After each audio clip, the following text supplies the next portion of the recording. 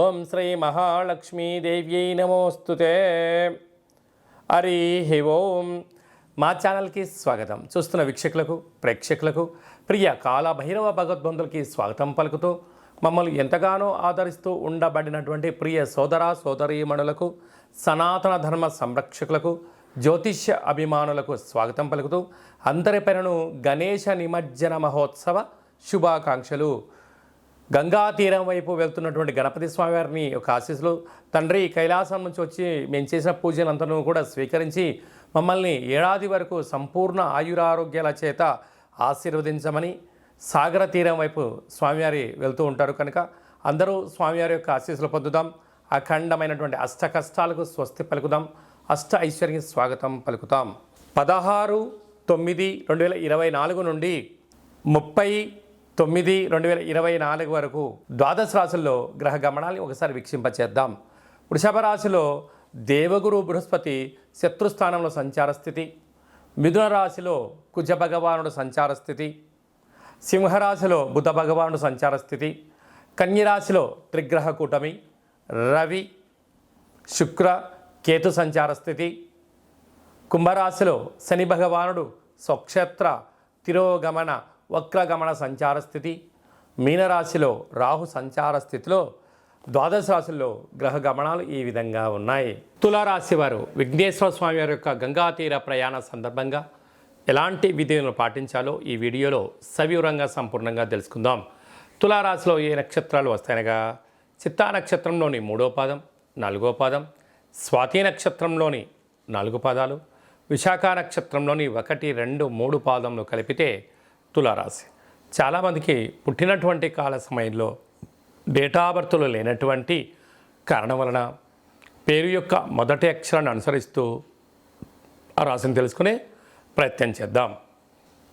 రా, రి, శ్రీ, రు, రే, రో, తా, తి, తు, తే అక్షరాల వారందరూ కూడా తులారాశి జాతకులు.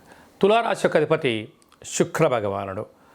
వీరికి ఈ విఘ్నేశ్వర స్వామి వారి యొక్క గంగాతీర ప్రయాణ యాత్ర సందర్భంగా తెల్లటి పాలతో బొబ్బర్లతో కూడుకున్న పిండిని ఏర్పాటు చేసుకొని, పెద్ద ఒత్తిని ఏర్పాటు చేసుకొని దాంట్లో కొబ్బరి నూనెను ఆవు నెయ్యిని వేసి 21 ఒత్తులను పెట్టి స్వామివారికి విశేషమైన మంగళ నీరాజన వీడుకోలు కార్యక్రమాన్ని చేయగలిగినట్లయితే శుక్ర భగవానుడు ఐశ్వర్యానికి, ఆనందానికి, విలాసానికి కేంద్ర బిందువు అవ్వడం వలన వివాహం కాని వారికి వివాహము, నూతన వస్త్రాలు, బంగారు ఆభరణాలు, విదేశాలకు వెళ్ళాలి అనుకుంటున్న వారందరికీ చాలా అదృష్టవంతులు అని చెప్పి గమనించాలి.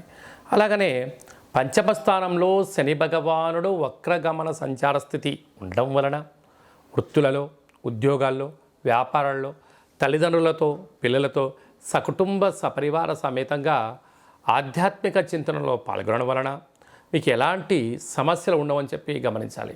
నూతనంగా వివాహమైన వారికి సంతాన యోగం, తల్లిదండ్రుల నుంచి పిల్లలకు రావాల్సిన స్థిర చరాస్తులు వారి సొంతమైతే 6వ స్థానంలో రాహు సంచారం చేయడం వలన కొందరు అంతర్గతమైన విషయాలను, అంటే మీ ఫోన్లో ఉండబడిన డేటా కానీ, ఫోన్లో ఉండబడినటువంటి బ్యాంకు లావాదేవీలు కానీ, ఓటీపీలు కానీ, స్థిర చరాస్తులపైన కొందరు కన్నేశారు. తస్మాత్ జాగ్రత్త.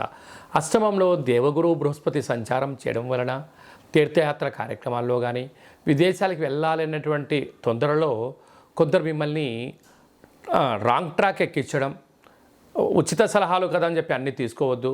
అది ధర్మము, న్యాయము, అది 10 మంది చేసిన పనులలో విజయం కలిగిస్తుందన్నప్పుడు మాత్రమే మీరు ప్రయత్నం చేయండి. అన్నింటా విజయం మీ సొంతం అవుతుందని చెప్పి గమనించాలి. అలాగనే భాగ్యస్థానంలో కుజుడు ఉండడం వలన భార్య పైన భర్త, భర్త పైన భార్య, ప్రేమానురాగాలు 2 అవసరము. లేకపోతే ఇంట్లో అంతా చికాకుగా ఉండడం, గొడవలు పడడం అనేక రకాలుగా ఉంటుంది. ఒకరు ఏదన్నా చెప్తే మరొకరు వినే ప్రయత్నం చేయండి. లేకపోతే రుణ సమస్యని, రోగ సమస్యని, శత్రు సమస్యని మీకు మీరే సమస్యను ఆవగింజను గుమ్మడికాయంత చేసుకొని ఎడబాటయ్యే పరిస్థితి అధికంగా ఉంటుంది. అలా కాకుండా మౌనం, ధ్యానం, ప్రశాంతత, ఓపికగా వినండి, చిరునవ్వుతో సమాధానం చెప్పండి. పెద్ద పెద్ద సమస్యల్ని తొలగించుకొని మానవ ప్రయత్నం చేయండి. అలాగే వ్యయంలో త్రిగ్రహ కూటమి కారణం వలన మీ జన్మ నక్షత్రం రోజున పూర్ణిమ, అష్టమి తిథి ఎందున దూర వాయు జల ప్రయాణాలు పెట్టుకోవద్దు. విందులని, వినోదాలని, ఆర్భాటాలకు వెళ్ళొద్దు. ఉన్న దాంట్లో సర్దుకొనే మానవ జీవనాన్ని గమనించగలిగినట్లయితే అనేక రకాల ఇబ్బందులు తొలగిపోతాయని చెప్పి గమనించాలి. సాఫ్ట్వేర్, హార్డ్వేర్ ఉద్యోగస్తులు, హాస్య నటులు, సినిమా రంగాల వాళ్ళు, పత్రికా రంగం వారు, యూట్యూబ్, వాట్సాప్, ఫేస్బుక్ క్రియేటివిటీ రంగాలుగా ఉండబడిన వారు, వ్యవసాయ సోదరీమణులు, పశువుల నిర్వహణ కార్యక్రమాలు చేసేవారు, స్వయం వృత్తుల వారందరికీ ఓపిక, గైడెన్సీ అవసరమని చెప్పి గమనించాలి.